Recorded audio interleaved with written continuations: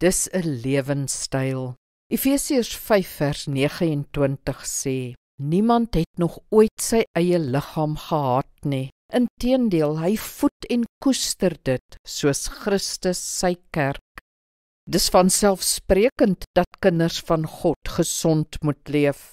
Moenie daaraan twyfel nie. Die Here het ons met sterk en gesonde liggame gemaak, en dis ons taak om dit gesond te hou. Paulus aanvaar dit ook as vanselfsprekend en natuurlijk dat ons liggame sal oppas. Die westerse mens leef egter baie ongesond, gespanne, oorgewig en onaktief op 'n dieet van verwerkte kos en kitskos. Ons moenie hierdie voorbeeld volg nie.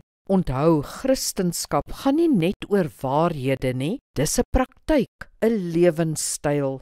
Christendom wil jou hele lewe onder beheer van God bring, en 'n ongesonde lewe is geensins God se wil nie. Nee, die Here se wil is dat jy gesond en sterk sal wees tot in 'n hoë ouderdom.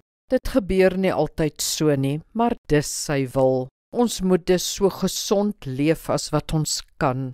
Dis ook 'n geestelike saak. Kom ons bid saam. Hemelse Vader, help my om verantwoordelik te leef teenoor myself. Ek moet my liggaam oppas, want dis u tempel. Ek kan nie van u verwag om vir my te doen wat u van my verwag om vir u te doen nie. Ek weet, daar is meer genot en waarde te put uit 'n gesonde lewe as 'n ongesonde lewe, al voel dit nie altyd so nie. Lei my na so 'n lewe toe, Here. Amen. Die Here seën jou.